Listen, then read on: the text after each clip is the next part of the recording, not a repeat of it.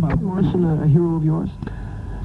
In his earlier days, definitely Them was an influence of sorts on the Undertones. It was probably, we found ourselves in a similar type of situation. Them originated from Belfast and us from Derry. Again, just being cut off from sort of the main hub of things in London. And as I say, Them recorded some great songs. Definitely did. There's no denying it. You haven't recorded many bad tracks in your past either. You've been kind of quiet, haven't you, in the last few months anyway? We've been quiet in the British Isles. But what we basically decided to do was try and branch out a bit. And more or less since last June, July, we've been concentrating on Europe.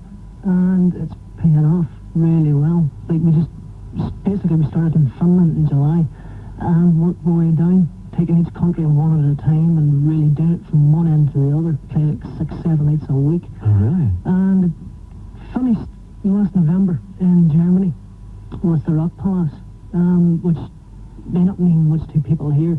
It's basically a television show, which we did, which was broadcast live to 13 countries in Europe, with simultaneous FM broadcasts, the whole bit. So we're talking like viewing figures, and there was somewhere in the region between 20 and 30 million people sitting watching the band live on stage there and then. And it's a big thing. And we were very pleased to get it, and it was just a fine finish to like the previous 3-4 months' work. And it is paying its dividends. So we're now coming back to England and Ireland and releasing the single, Beautiful Friend, which will be out in 2 weeks' time. And we're also, of course, getting demos ready and stuff for the next LP, and everything's like go, go, go. Now you, I guess, haven't had much time to write music, and if you've been doing so much. This is a problem. Is it very much of a problem? It's a problem insofar as that you find yourself with 2-3 weeks, and you've got to go and write songs. And it's always this sort of thing when you try to sit down and write a song, it's in time you're not going to do it. Mm-hmm. Obviously, you sit for like 2 weeks and write nothing. You know, you have a sheet of paper with a title across the top of the page. Mm-hmm. And then suddenly in a rush, like in 3 or 4 days, you write 3 or 4 songs. And that's always the way it seems to work, which is fine, so long as at the end of the time you come up with at least something to work on. That's fine, but it can be a bit of a headache at times. One can imagine. We're playing your session for those that enjoyed it a few months ago when we first aired it. Mm-hmm. There has been some letters from people who wanted to hear it again. Get it off. This is the first of 4 numbers, and this is the only one that none of the band had a hand in writing. It's Just Like Romeo and Juliet. How did you come upon performing this old track? Partly for our own enjoyment. We like occasionally doing old songs, and doing things like sessions for BBC gives us a chance to do them and let people hear them. And the main idea of that session, the other 3 songs were in that stage in their very infancy. They were possibly a week, 2 weeks old. So what the real idea of the session was to show people the progression that songs go through, because people really don't have any idea. They hear a record, which is a finished thing, which maybe has taken 6 months, and like Beautiful Friend being on that.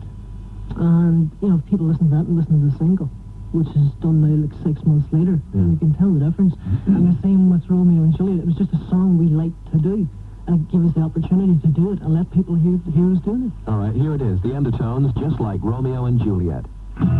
The Undertones in the first of 4 from our session tonight. That was Just Like Romeo and Juliet in Feargal. Is Northern Ireland still your base? Yeah. Well, we've actually just set up a small demo studio in Derry, so I guess we're here for another few years yet. It definitely is. As time goes on, we find that we're here less and less, as we're needed elsewhere. You know, the more successful you become, the more people want you to do things. The record company wants you to go here, there, and everywhere else. So as I say, we find ourselves being here maybe not as much as we'd like, but we still are based here. Now, on B15 yesterday, there was a caller from Londonderry, who said that, you know, although more bands are now coming to Belfast and feeling a little bit better about coming to Northern Ireland, they're still unwilling to, you know, go up where you are. What would it be like for a band, you know, to come to your area now? The audience is there. People are a bit strange, like they don't behave in the attitude that if the band say they're going to play, then they automatically rush out and buy tickets. And that, I think most promoters find a bit off-putting. You know, the promoter likes to see that he sold 3,000 tickets 6 months before the concert. But people there just don't do that. They decide on the night that they're going to the concert, and they go to the venue and they pay their money when they go in. And the venues are there, and the facilities are there. If someone can be got in the first place to coordinate the thing properly, and there are people who come to mind straight away who are capable of doing the job. And bands have played there, Dart, and Jury, and the few that have made the effort to do it. And the audience is there, so what more do they want? But there's no reason for bands to feel particularly anxious then about the troubles in your area when it comes to... In my opinion, Derry's a far more relaxed city than Belfast.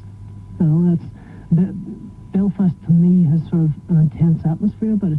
Whereas I say, I find Derry much easier to live with and a far better atmosphere. So, if that's what they're worried about, then they've little to worry about. Okay, Feargal, something happy happened in your life recently. For those of you who don't know about it, maybe you could tell us about it. Yeah, I am now the proud father, as they say, of a 2-month-old baby boy. And he's great. It's definitely one of the best things happened to me in the past few years anyway. What's your wife's name? Ellen. Ellen? Yeah. And she's... sitting in the corner, sitting very in the corner. quiet. That's right, blushing a little bit now. And where's the lad? Oh, he's being watched at the moment by grandparents. So he may not be an Undertones fan just yet. Funny enough, Alfie and Donna, for some strange reason. You remember Uptown Top Ranking? One of his favourites? Loves it. Absolutely loves it.